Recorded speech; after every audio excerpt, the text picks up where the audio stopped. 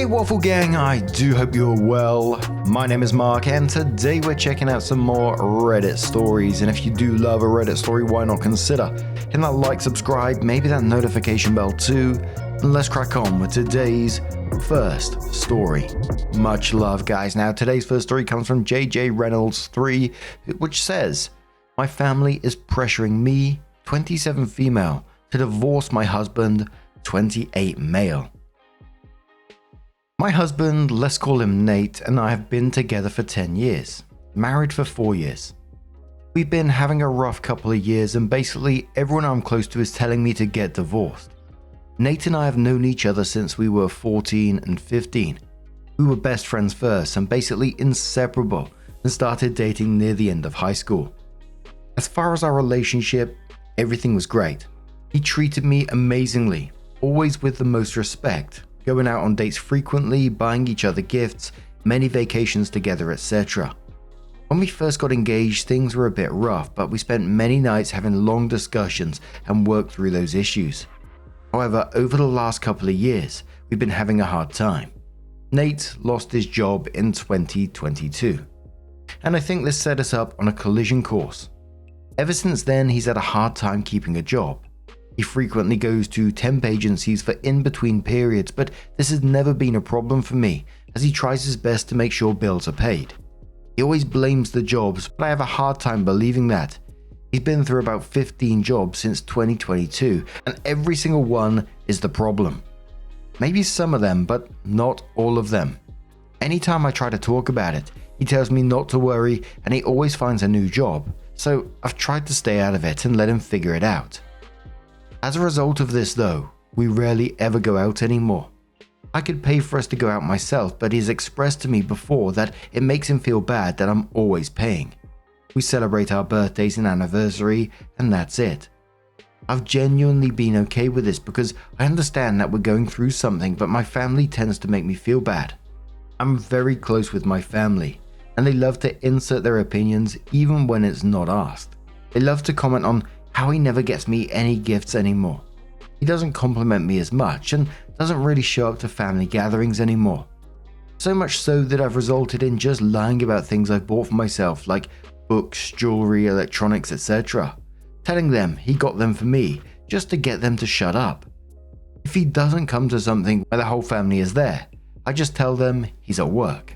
The divorce comments started coming in last year when I had car trouble. I had an older car, 2010, and my engine went out last year. I still had about 4 months left on my loan and interest rates were insane, so I couldn't afford to get a new car with having to also take care of so much of the bills at home. I tried talking to a few different mechanics, but I couldn't work out any payment plans, and honestly, the lowest estimate I got was $9,000 to fix everything that was wrong with it, so it seemed like a lost cause. I ended up getting my dad's help for a new car. He put down $5,000 to help me get a new car, and this shook my family. The main question being, why didn't Nate help? I wasn't about to flat out tell them that he couldn't afford it, so I did my best to dodge the questions. But it didn't matter. The damage was done. Now, anytime they could squeeze it in, they're telling me I need to divorce him.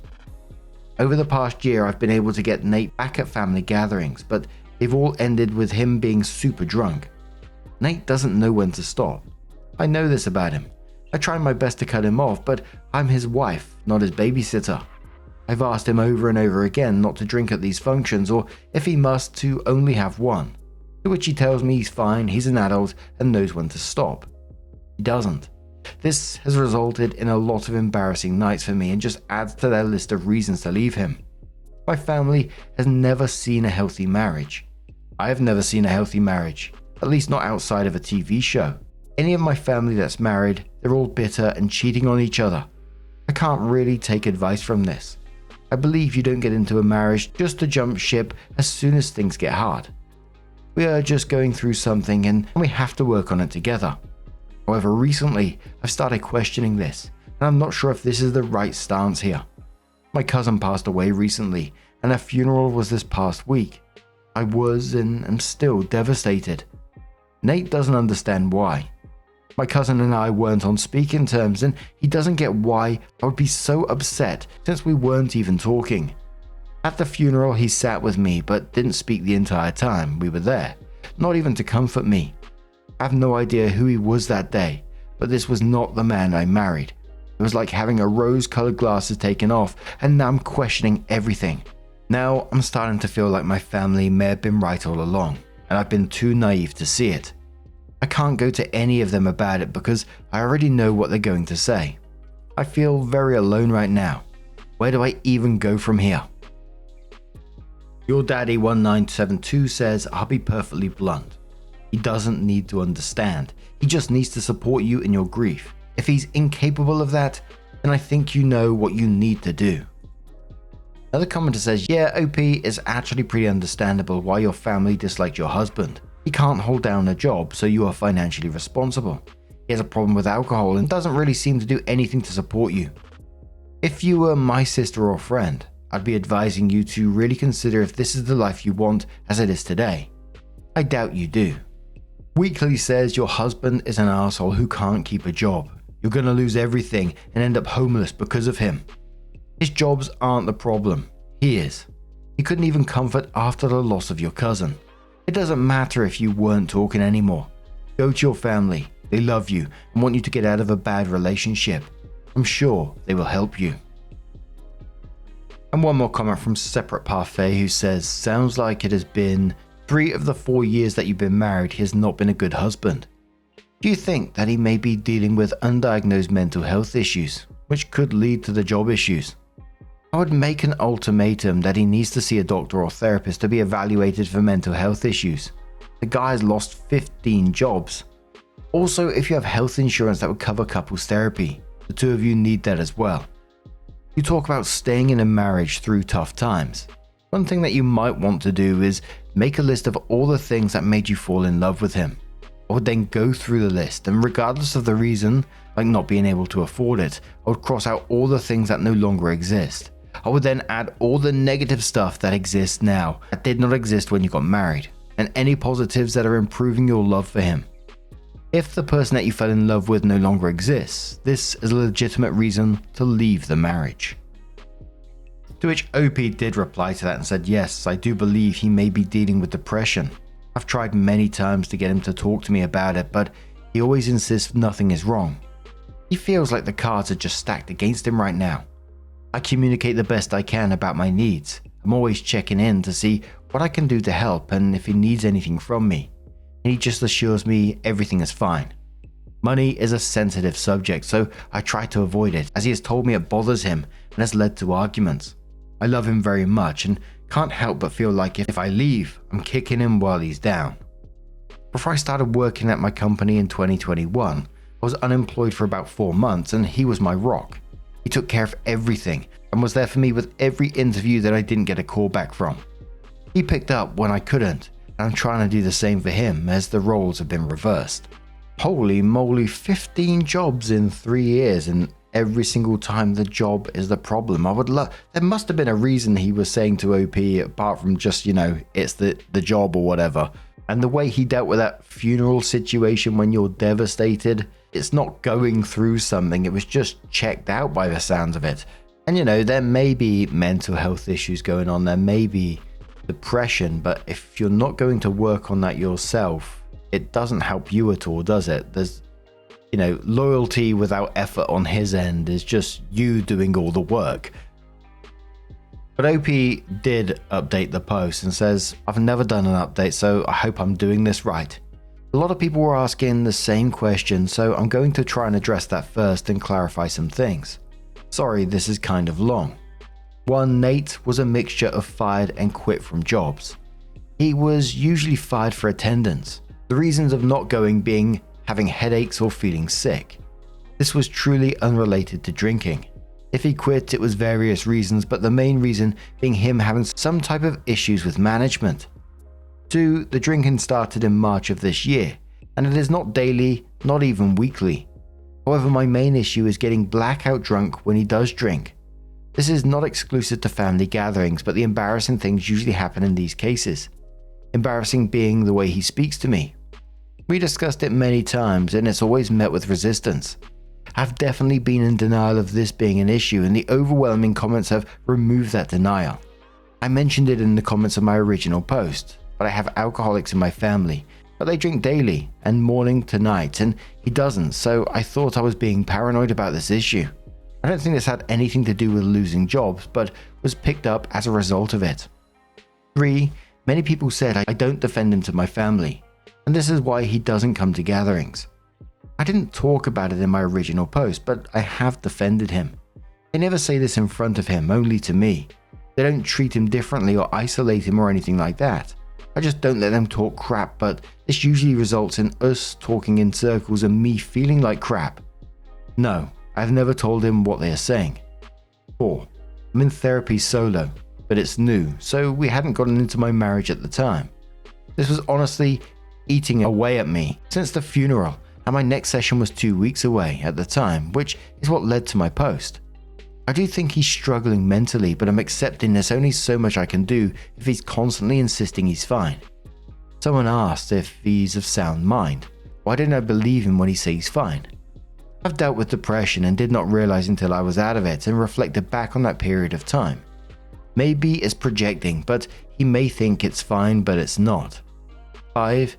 Many people have asked what he's doing to fix things. I guess the simple answer is nothing. We've had conversations about our marriage where he promises to do better, and he does do better for a while, and then he just stops. Now for the update. I ended up turning my therapy session into a 2-hour session. Double copay, yay America.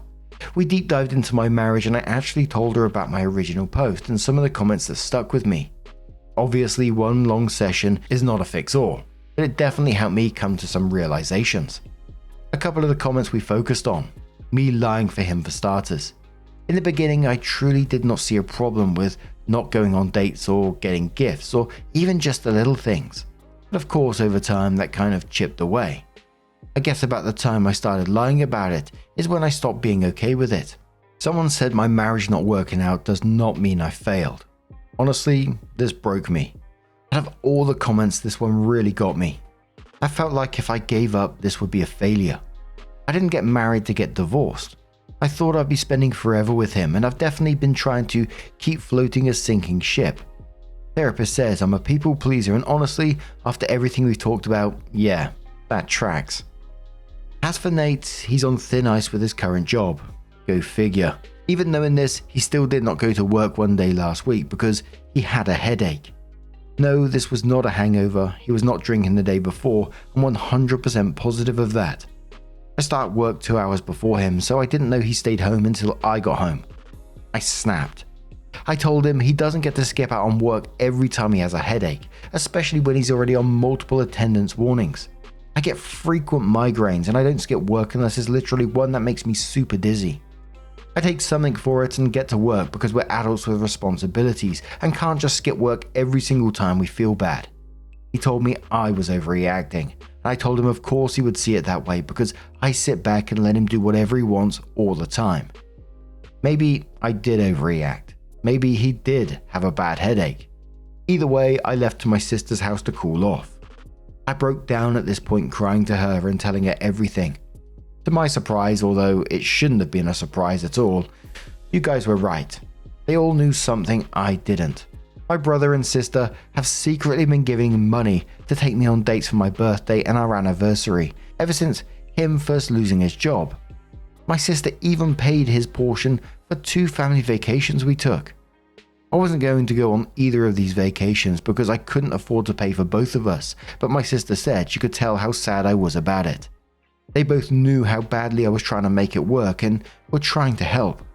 I called my brother and made him come over too.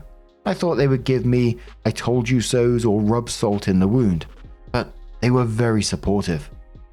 I ended up staying with my sister a couple of nights and returning home Friday night. I told Nate we needed to have a serious conversation. I laid out everything I was feeling. I cried and begged him to go to therapy. If not to couples therapy, at least to go solo. He refused. He says therapy is a waste of time and money just paying someone to talk to you. He says we don't need anyone in our business like that and we can deal ourselves. I told him obviously we can't, and having an outside and biased opinion may help us understand each other better and be good for our future. He refused. He really doesn't see how all of this is affecting me. I did get him to open up the slightest bit about what's going on in his head. In short, he thinks the world owes him something. When he first lost his job, he went to his parents for help.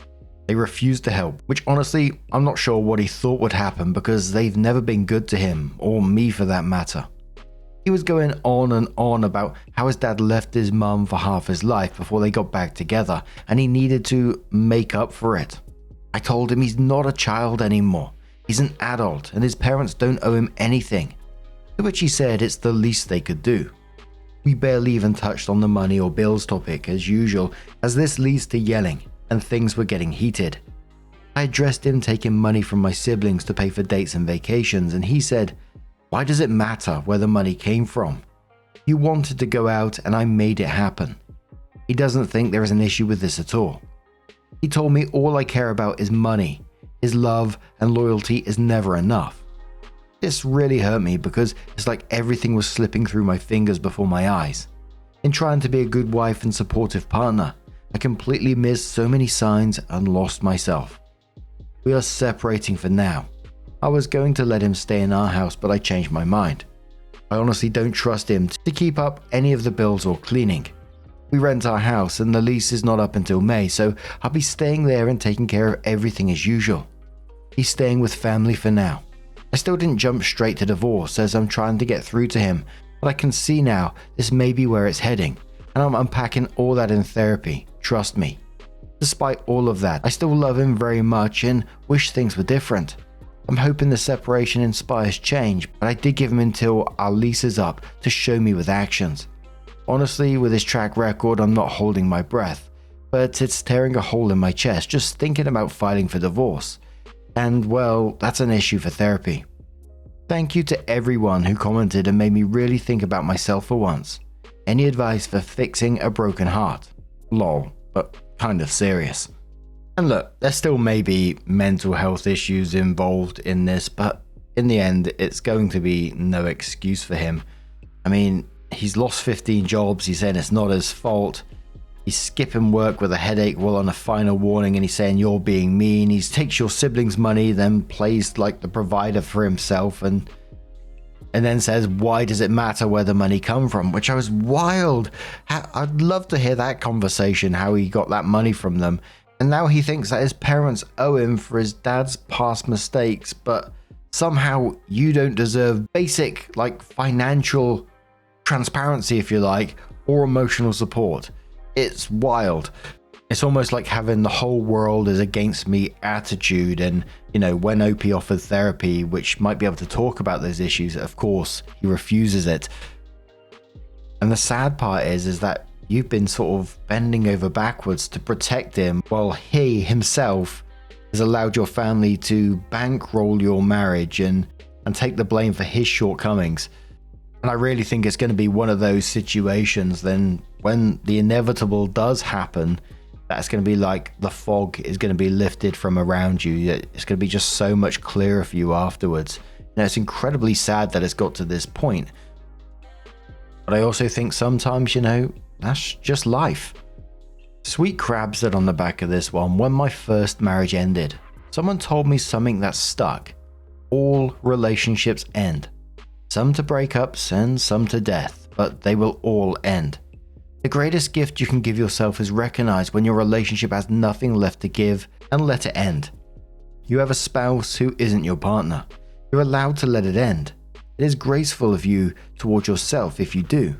A partnership requires two people building together, and he's letting you do all the building, watching you suffer, and accept it as his due.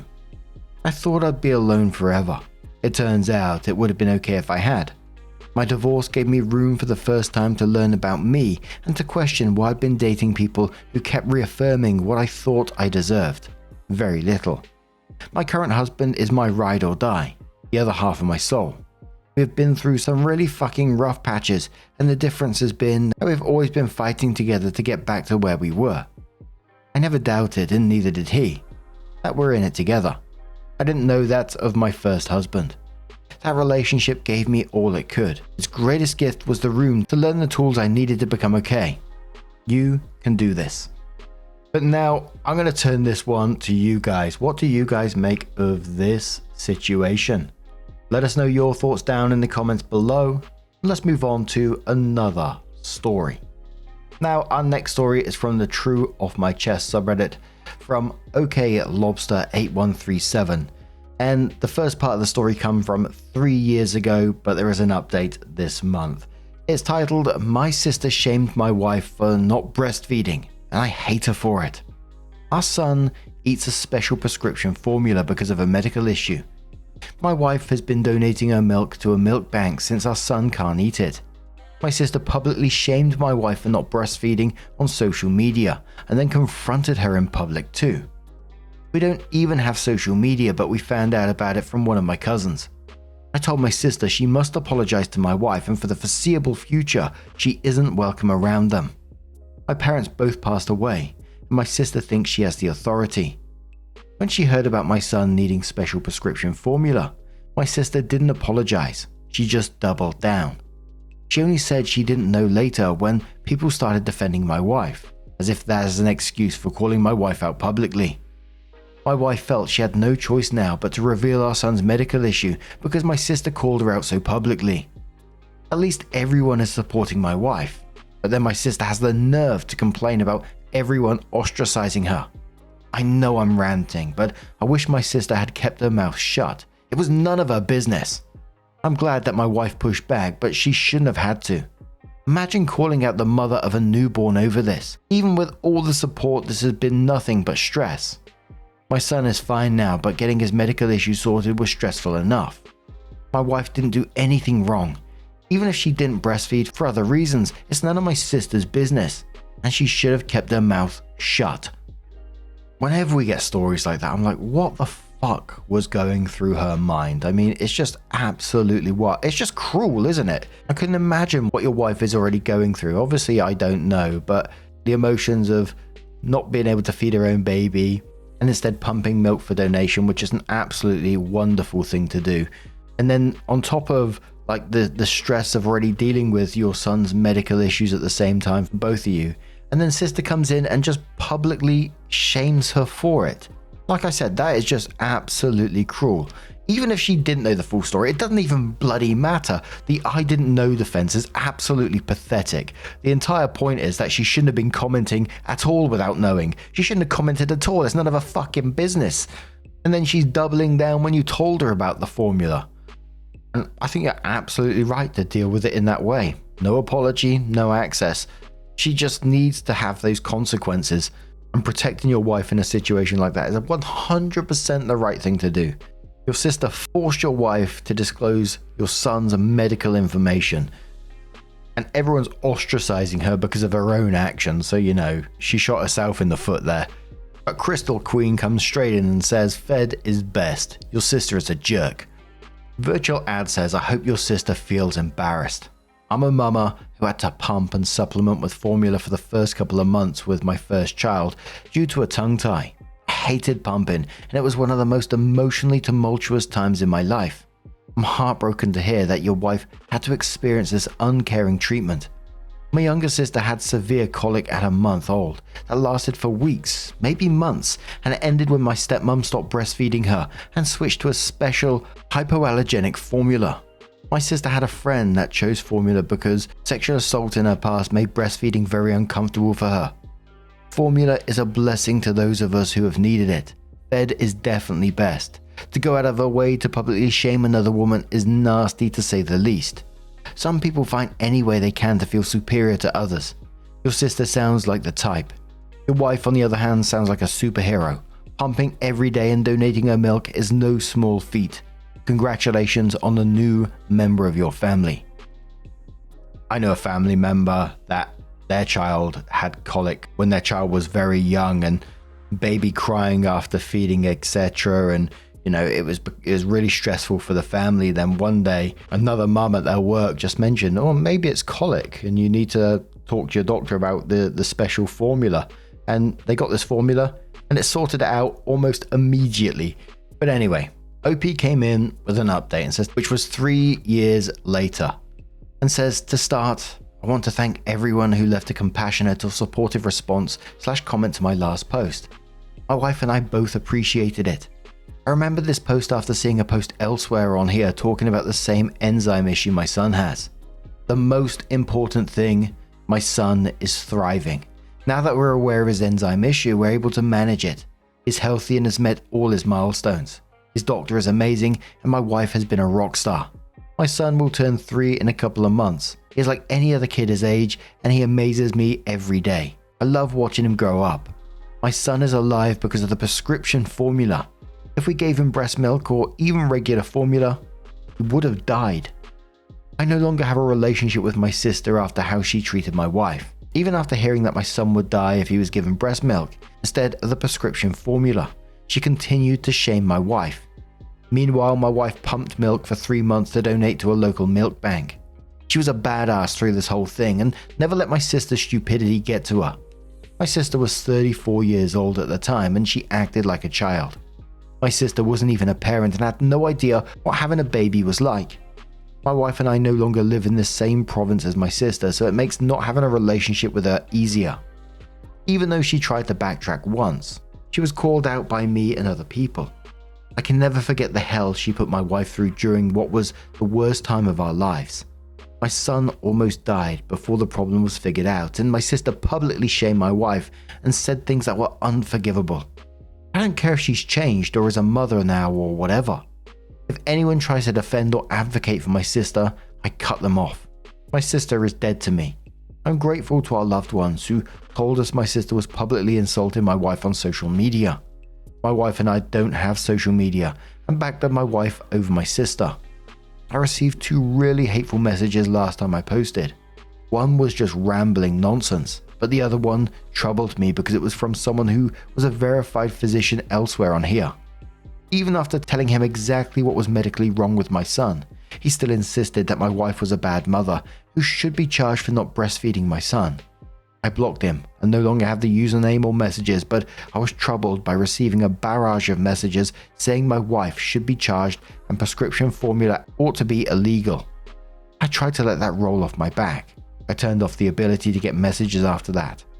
My son is such an amazing little human and my wife is a rock star.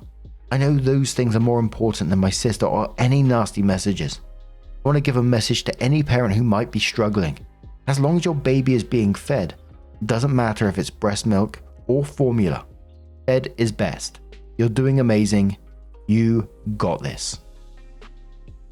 It's incredibly nice to see OP come back in and say how well that their son is doing. It must have been an absolutely scary time for their family. And to be quite honest, I couldn't see it really going any other way with the sister. I mean, like we say in a lot of these stories, once the trust is broken and there isn't really a way to come back from what she was saying in the first place, you know, an apology might have gone some way, but would you still be able to look at that person the same way again? Would the wife be able to do that? I think I would really struggle. But it sounds like they got a lovely little tight-knit family there, and I really do wish them all the best going forward. But what do you guys make of this situation? Let us know your thoughts down in the comments below. And just a huge thank you for being here today, getting involved in the stories, your love, your support, your time. It always means the absolute world to me. I've been getting quite a lot of emails recently sharing your stories as well, which is absolutely wonderful. Apologies if I haven't replied as yet. I'm getting round to them. So thank you for those two, and I will see you in the next one. Take care and much love.